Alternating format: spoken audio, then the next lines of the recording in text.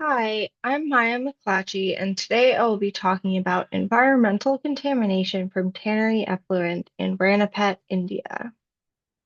The objectives of this presentation are to outline the environmental contamination resulting from industrial leather tanneries in Ranipet, to discuss the environmental and human health implications of chromium contamination in groundwater and soil, and to describe potential strategies for bioremediation as a tool to reduce chromium contamination from industrial effluent. In this video, I will outline the issues of industrial tanning, its environmental implications, the human and environmental health impacts, and ideas for bioremediation. Ranipet is a district in the southern state of Tamil Nadu on India's southeastern coast. It has a population of just under 400,000 and has a comparatively high concentration of industrial production, which has resulted in dangerous levels of toxic waste entering the surrounding environments. Ranipet is specifically known to be home to a large leather production industry and contains many leather processing facilities and tanneries. Figure 1 is a map showing the concentration of tanneries and other leather-affiliated businesses. While it doesn't show all of the roughly 240 tanneries that are estimated to be in the area, it illustrates the density of industrial activity as well as its proximity to the town and to the river. The Pelar River basin runs very close to Ranipet and has been heavily contaminated with heavy metals and other chemicals from poorly managed industrial runoff. The river is also one of the primary sources of drinking water for the surrounding communities, and its contamination has u- led to many people using polluted water in their homes and businesses. Marked in red, you can also see the Ranipet Tannery Effluent Treatment Center. The industrial process for making leather includes an involved series of steps, the basics of which are shown in this table. First, the flesh and hair have to be removed from the animal hides, and then tanning processes help preserve the leather to prevent rot and decomposition. After tanning, leather is treated with a cocktail of chemicals to make it polished and flexible and ready to use for leather goods. You can see here that each step in the process produces a variety of wastes that can be problematic, but the high concentrations of chromium used in tanning are recognized as especially dangerous. Most industrial leather, including the majority of leather produced in Ranipet, goes through a process called chrome tanning, which uses a mixture of chromium salts and other chemicals to preserve leather. It is both cheaper and faster than alternative methods. The wastes produced from this process result in effluent containing high levels of unstable chromium, which are often discharged into the environment.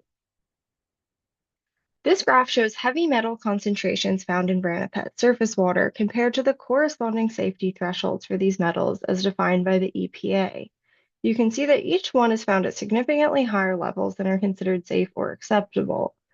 All heavy metals can become a health hazard at high enough concentrations, but chromium is a particular concern.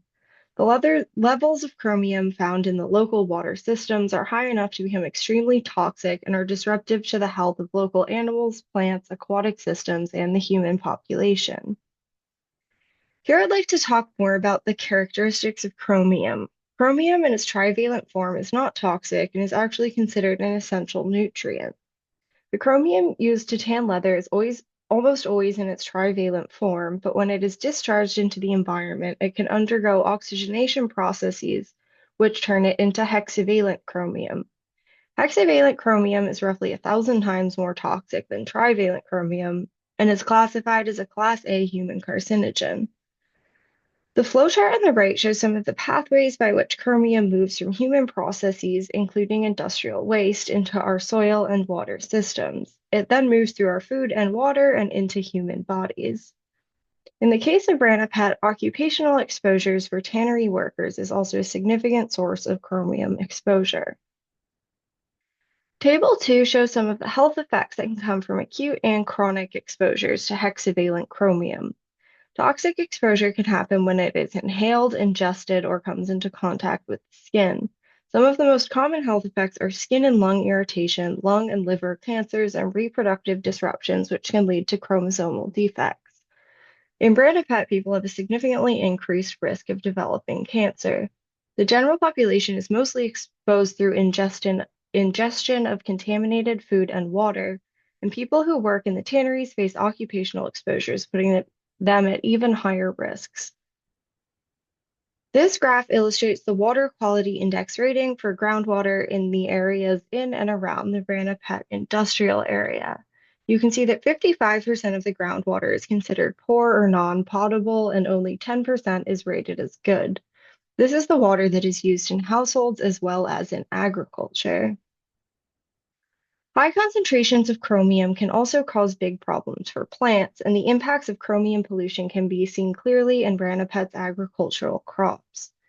Figure 4 shows the effects of exposing Vigia radiata, also called mung beans, to varying concentrations of tannery effluent before germination. The yellow and orange lines show the lengths of the bean shoots when they are exposed to increasing concentrations of effluent for Ranipet and the control area, respectively. The light and dark blue show the same, but for the length of the bean's roots. The contamination of crops not only reduces the yield and quality of food, but also further exposes people to chromium when they consume these foods. This is an image of Ranitech, an effluent treatment center in Ranipet. The facility follows a process that results in zero liquid discharge, meaning that all the water is purified and recycled, and no wastewater is pumped into the environment. Since the 90s, several wastewater treatment facilities like this one have been built and updated with assistance from the Indian government, but there is still a long way to go to make the groundwater safe. New research has found promising results in sustainable biomanagement techniques for chromium remediation. Things like duckweed and algae have been effective in reducing hexavalent chromium in water systems, and research on microbial reduction strategies have been able to isolate bacteria that are highly effective at neutralizing tannery effluent. In particular, certain Bacillus species have been found to work very well for converting chromium from its hexavalent state back to the non-toxic trivalent form over very short time periods. In summary, industrial leather production is a lucrative and popular industry in Ranipet.